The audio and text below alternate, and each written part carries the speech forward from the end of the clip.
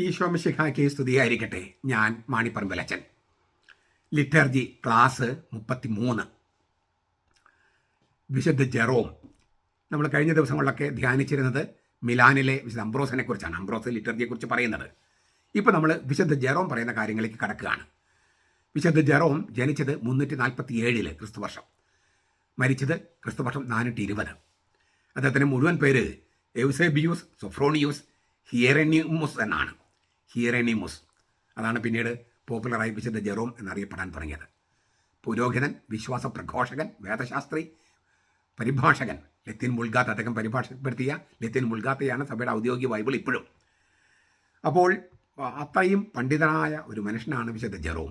Hebrew, Greek, ലത്തീൻ എല്ലാം ബെത്ലഹേമിലെ ഗുഹയിൽ താമസിച്ചുകൊണ്ടാണ് അദ്ദേഹം ഈ തർജ്ജമ, മുൾഗാത്ത തർജ്ജമ, ലത്തീൻ തർജ്ജമ പൂർത്തിയാക്കിയത്. അദ്ദേഹം ലെറ്റർ ടു ഹീലിയോദോറസ് എന്ന് പറഞ്ഞ ആൾക്ക്, ഹീലിയോദോറസ് ഒരാളുടെ പേരാണ്, അദ്ദേഹത്തിന് എഴുതിയൊരു കത്തിനകത്ത് ഒരു ചെറിയ വാചകമാണ് പറഞ്ഞിരിക്കുന്നത്. പക്ഷേ വളരെ മനോഹരമായിട്ട് അവതരിപ്പിച്ചിരിക്കുകയാണ് ലിറ്റർജിയെക്കുറിച്ച്. Letter to ഹീലിയോദോറസ്. സ്ലീഹന്മാരുടെ പിന്തുടർച്ചയിൽ ആയിരുന്നു കൊണ്ട്, വളരെ പ്രധാനപ്പെട്ട വാക്കാണത്, സ്ലീഹന്മാരുടെ പിന്തുടർച്ചയിൽ ആയിരുന്നു കൊണ്ട് തങ്ങൾ ഉച്ചരിക്കുന്ന പരിശുദ്ധ വചനത്തെ ക്രിസ്തുവിൻ്റെ ശരീരവുമായി സംയോജിപ്പിക്കുന്ന ഈ വൈദികർക്കെതിരായി ഞാൻ സംസാരിക്കുകയില്ല. അവരുടെ പരിശ്രമം മുഖാന്തരമാണ് നാം ക്രിസ്ത്യാനികളായിരിക്കുന്നത്. ഇതിൻ്റെ ഒരു വ്യാഖ്യാനം പറഞ്ഞിട്ട് പിന്നെ ഒരു വാചകം കൂടെ പറയുന്നത് അദ്ദേഹം പറയുന്നത് ഇപ്പോൾ നമുക്ക് ചർച്ച ചെയ്യാം. സ്ലീഹന്മാരുടെ പിന്തുടർച്ചയിലായിരുന്നാലേ വിശുദ്ധ കുർബാനയാകൂ.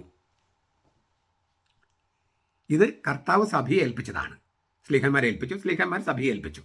അപ്പോൾ ക്രിസ്തു, സ്ലീഹന്മാർ, സഭ, ആ സഭയിലായിരുന്നാലേ വിശുദ്ധ കുർബാനയാകൂ. ഇപ്പോൾ നമ്മൾ കുർബാനയ്ക്കിടയിൽ മാർപ്പാപ്പയുടെ പേര് പറയുന്നതും മേജർ ആർച്ച് ബിഷപ്പിൻ്റെ പേര് പറയുന്നതും മെത്രാപ്പോലിത്തയുടെയും മെത്രാനും പേര് പറയുന്നത് അവർക്ക് വേണ്ടി പ്രാർത്ഥിക്കുക എന്നുള്ളത് മാത്രമല്ല. അതുണ്ട്, പക്ഷെ അതല്ല പ്രധാനപ്പെട്ട കാര്യം. ഈ സഭയുടെ പിന്തുടർച്ചയിൽ, ഈ കൂട്ടായ്മയിൽ ആയിരുന്നാലേ കുർബാനയാകൂ.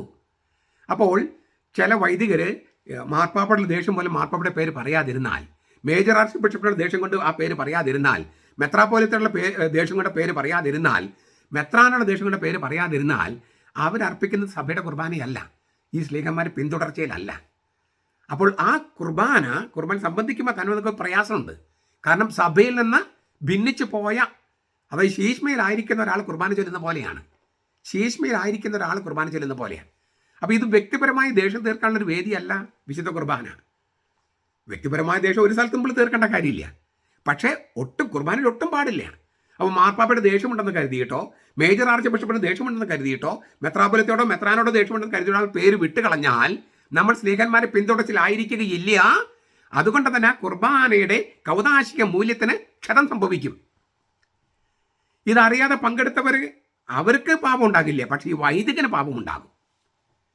അപ്പോൾ നാം ഒന്നുകൂടി പറയാണ്, സ്ലീഹന്മാരെ പിന്തുടർച്ചയിലായിരുന്നു കൊണ്ട് തങ്ങൾ ഉച്ചരിക്കുന്ന പരിശുദ്ധ വചനത്തെ ക്രിസ്തുവിന്റെ ശരീരവുമായി സംയോജിപ്പിക്കുന്ന, അതായത് വചനത്തെ ഈ അപ്പവുമായിട്ട് സംയോജിപ്പിക്കുമ്പോഴാണ് ക്രിസ്തുവിന് ശരീരമായി മാറണമെന്നാണ് അദ്ദേഹം പറയണേ.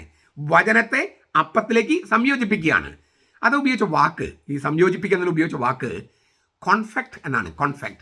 കൺഫെക്ഷൻ എന്ന് നമ്മൾ പറയും. CONFECT, കോൺഫെക്റ്റ്. നമ്മൾ മുട്ടായിയൊക്കെ ഉണ്ടാക്കാനായിട്ട് ചോക്ലേറ്റ്, അതിന് ചേരുവകൾ സംയോജിപ്പിക്കില്ലേ, അതിനുപയോഗിക്കുന്ന വാക്കാണ് കോൺഫെക്ഷൻ. എന്നതിന് മിഠായി എന്നൊരു അർത്ഥമുണ്ടെന്നാണ് എൻ്റെ അറിവ്.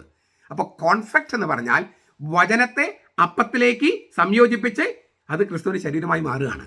വചനത്തെ അപ്പവുമായിട്ട് സംയോജിപ്പിക്കുകയാണ്. ഗംഭീരമായ വാക്കല്ലേ അത്, കോൺഫെക്റ്റ്. കമന്ററീസ് ഓൺ എഫേഷ്യൻസ് എന്ന് പറഞ്ഞിട്ടുള്ള അദ്ദേഹത്തിൻ്റെ രചനയുണ്ട്. അതിൽ 1:7 നമ്മൾ ഇങ്ങനെ വായിക്കുന്നു: ക്രിസ്തുവിന്റെ ശരീരരക്തങ്ങളെ 2 തരത്തിൽ മനസ്സിലാക്കാം. എൻ്റെ മാംസം യഥാർത്ഥ ഭക്ഷണമാണ്, എൻ്റെ രക്തം യഥാർത്ഥ പാനീയമാണ് എന്നും, എൻ്റെ മാംസം ഭക്ഷിക്കുകയും എൻ്റെ രക്തം കുടിക്കുകയും ചെയ്യുന്നില്ലെങ്കിൽ നിങ്ങൾക്ക് ജീവനില്ല എന്നും അവൻ തന്നെ പറഞ്ഞതിനാൽ, ക്രിസ്തു തന്നെ പറഞ്ഞതിനാൽ അതിനെ, അപ്പത്തെ, ആത്മീയവും ദൈവികമായ വിധത്തിൽ മനസ്സിലാക്കാം. ആത്മീയവും ദൈവികവുമായിട്ട്. വ്യാഖ്യാനം ഞാൻ പിന്നെ തരാം. ഒരു വാചകം കൂടി അദ്ദേഹം പറയാണ്: അല്ലെങ്കിൽ പട്ടാളക്കാരൻ്റെ കുത്തേറ്റ് ചിതറിക്കപ്പെട്ട ക്രൂശിതന്റെ മാംസവും രക്തവുമായി അതിനെ മനസ്സിലാക്കാം. 2 തരത്തിൽ മനസ്സിലാക്കാമെന്ന് പറഞ്ഞല്ലോ. ഒന്ന്, 2 തരത്തിൽ ക്രിസ്തുവിന്റെ ശരീരരക്തങ്ങളെ 2 തരത്തിൽ മനസ്സിലാക്കാം. എൻ്റെ മാംസം യഥാർത്ഥ ഭക്ഷണമാണ്, എൻ്റെ രക്തം യഥാർത്ഥ പാനീയമാണ് എന്നും എൻ്റെ മാംസം ഭക്ഷിക്കും എൻ്റെ രക്തം കുടിക്കും ചെയ്യുന്നില്ലെങ്കിൽ നിങ്ങൾക്ക് നിങ്ങളിൽ ജീവനില്ല എന്നും ക്രിസ്തു തന്നെ പറഞ്ഞതിനാൽ ആ അപ്പത്തെ ആത്മീയവും ദൈവികമായ വിധത്തിൽ ഗ്രഹിക്കാം. ഇല്ലെങ്കിൽ പട്ടാളക്കാരൻ്റെ കുത്തേറ്റ് ചിതറിക്കപ്പെട്ട ക്രൂശിതന്റെ മാംസവും രക്തവുമായി മനസ്സിലാക്കാം. കാര്യം മനസ്സിലായെന്ന് ഞാൻ വിചാരിക്കണം. നമുക്ക് എന്നാലും ഒന്നുകൂടി ഒന്ന് വെളിപ്പെടാം. ഈ പട്ടാളക്കാരൻ്റെ കുത്തേറ്റ് ചിതറിക്കപ്പെട്ട ക്രൂശിതന്റെ മാംസവും രക്തവും അത് ഭൗതികമായ മാംസവും രക്തമാണ്. മെറ്റീരിയൽ അതല്ല വിശുദ്ധ കുർബാന. അങ്ങനെ മനസ്സിലാക്കാം. പക്ഷെ അതല്ല അത്. അങ്ങനെ ക്രൂശിക്കപ്പെട്ടവനാണ്, അവൻ്റെ മാംസം ചിതറിക്കപ്പെട്ടു, രക്തം ചിതറിക്കപ്പെട്ടു, അവൻ തന്നെയാണ്. പക്ഷെ അതല്ല വിശുദ്ധ കുർബാന. വിശുദ്ധ കുർബാന എന്താണ്? എൻ്റെ മാംസം യഥാർത്ഥ ഭക്ഷണമാണ്, എൻ്റെ രക്തം യഥാർത്ഥ പാനീയമാണ് എന്ന് വെച്ചാൽ എൻ്റെ മാംസം ഭക്ഷിക്കുകയും എൻ്റെ രക്തം കുടിക്കുകയും ചെയ്യുന്നില്ലെങ്കിൽ നിങ്ങൾക്ക് ജീവനില്ല. അതായത് പച്ചമാംസം ഭക്ഷിക്കണം, പച്ചരക്തം കുടിക്കണമെന്നൊന്നല്ല കർത്താവ് പറഞ്ഞത്. ചുരുക്കത്തിൽ അദ്ദേഹം പറയാണ്, ഇത് ആത്മീയ അപ്പമാണ്, ദൈവികമായ അപ്പമാണ്. എന്താണ് ഈ ആത്മീയ അപ്പം, ദൈവികമായ അപ്പം എന്ന് പറയുന്നത്? ക്രിസ്തുവിൻ്റെ തിരുവുത്ഥാനമില്ലെങ്കിൽ വിശുദ്ധ കുർബാന ഇല്ല. ക്രിസ്തു മരിച്ചവരിൽ നിന്ന് ഉയർപ്പിക്കപ്പെട്ടിട്ടില്ലെങ്കിൽ വിശുദ്ധ കുർബാന ഇല്ല. അവനെ സ്ഥാപിക്കാനും പറ്റില്ല, ചൊല്ലാനും പറ്റില്ല, നമുക്കും ചൊല്ലാൻ പറ്റില്ല. അപ്പോൾ ക്രിസ്തു മരിച്ചവരിൽ നിന്ന് ഉയർപ്പിക്കപ്പെട്ടത് കൊണ്ടാണ് വിശുദ്ധ ആയിരിക്കുന്നത്. അതുകൊണ്ടാണ് അത് ആത്മീയപ്പമായിരിക്കുന്നത്. ആത്മീയപ്പത്തെക്കുറിച്ച് ഞാൻ ഇച്ചിരി കഴിഞ്ഞിട്ട് ഇച്ചിരോട് വിശദീകരിച്ച് പറയാം. ഈ വിശുദ്ധ കുർബാന, അതായത് ഈ അപ്പവും വീഞ്ഞും, അത് ആത്മീയപ്പമായിരിക്കുന്നതും ദൈവിക അപ്പമായിരിക്കുന്നതും അവൻ മരിച്ചവരിൽ നിന്ന് ഉയർപ്പിക്കപ്പെട്ടത് കൊണ്ടാണ്. അവൻ മരിച്ചവരിൽ ഉത്ഥാനം ചെയ്തത് കൊണ്ടാണ് നമുക്ക് അവൻ്റെ ശരീരം രക്തം നൽകാനായിട്ട് നൽകാൻ കഴിയുന്നത്, അല്ലെങ്കിൽ കഴിയില്ല. അപ്പോൾ എൻ്റെ മാംസം യഥാർത്ഥ ഭക്ഷണം, എൻ്റെ രക്തം യഥാർത്ഥ പാനീയം എന്ന് പറയുമ്പോൾ അത് ദൈവിക പാനീയമാണ്, ആത്മീയ പാനീയമാണ്. എൻ്റെ മാംസം ഭക്ഷിക്കുകയും എൻ്റെ രക്തം കുടിക്കുകയും ചെയ്യുന്നില്ലെങ്കിൽ നിങ്ങൾക്ക് നിത്യജീവനില്ല എന്ന് പറയുമ്പോഴും ഉദ്ദേശിക്കുന്നത് ആത്മീയമാണ്, ദൈവികമാണ്. ക്രൂശിൽ വെച്ച് ചിതറിക്കപ്പെട്ട ശരീരവും രക്തവും അല്ല ഇത്. ഭൗതിക ശരീരവും രക്തവും അല്ല ഇത്. ആ രക്തത്തിലും ശരീരത്തിൽ ജീവിച്ചിരുന്നവൻ തന്നെ. പക്ഷെ ആ ശരീരവും രക്തവും ആ മോഡലല്ല നമുക്ക് തരുന്നത്. അവൻ ആത്മീയ ശരീരത്തോടെ ഉയർപ്പിക്കപ്പെട്ടു. ആ ആത്മീയ ദൈവിക ശരീരമാണ് വിശുദ്ധ കുർബാനയിലെ അപ്പം. ആത്മീയം എന്ന് പറഞ്ഞാൽ എനിക്ക് ആത്മാവുണ്ട്, ശരീരമുണ്ട് എന്ന് പറയുന്നത് ആ ആത്മീയമല്ല. ഇവിടെ ആത്മീയം എന്ന് പറയുന്നത് പരിശുദ്ധാത്മാവിൻ്റെ തലത്തിലുള്ളത്, on the level of the holy spirit. ആത്മാവാണ് ജീവൻ നൽകുന്നത്, മാംസം ഒന്നും ഉപകരിക്കുന്നില്ല എന്ന് യോഹന്നാൻ 6:63 പറഞ്ഞ തന്നെ കാര്യം. കർത്താവ് ആത്മാവായിട്ടാണ് നമ്മിലേക്ക് വരുന്നത്, പരിശുദ്ധാത്മാവായിട്ടാണ് നമ്മിലേക്ക് വരുന്നത്. അപ്പോൾ ഇത് ആത്മീയ അപ്പമാണെന്ന് പറഞ്ഞാൽ, സ്പിരിച്വൽ എന്ന് പറഞ്ഞാൽ on the level of the holy spirit, പരിശുദ്ധ റൂഹായുടെ തലത്തിലുള്ള അപ്പം. സ്വാഭാവിക തലത്തിലല്ല, പരിശുദ്ധ റൂഹായുടെ തലത്തിൽ. ഇത് ദൈവിക അപ്പമാണെന്ന് പറഞ്ഞാൽ ദൈവത്തിൻ്റെ തലത്തിൽ. ഇന്നലെ നമ്മൾ മിലാനിലെ അംബ്രോസിനെ കുറിച്ച് ചിന്തിച്ചപ്പോൾ അദ്ദേഹം പറഞ്ഞ വാക്ക് ഓർക്കുന്നുണ്ടോ? ദൈവത്തിൻ്റെ ശരീരത്തിന് ആത്മീയ ശരീരമായിരിക്കാനല്ലേ പറ്റൂ. ദൈവം ആത്മാവാണ്, ഗോഡ് ഈസ് സ്പിരിറ്റ്. അതുകൊണ്ട് അവൻ്റെ ശരീരത്തിന് സ്പിരിച്വൽ ബോഡി ആയിരിക്കാനേ പറ്റൂ.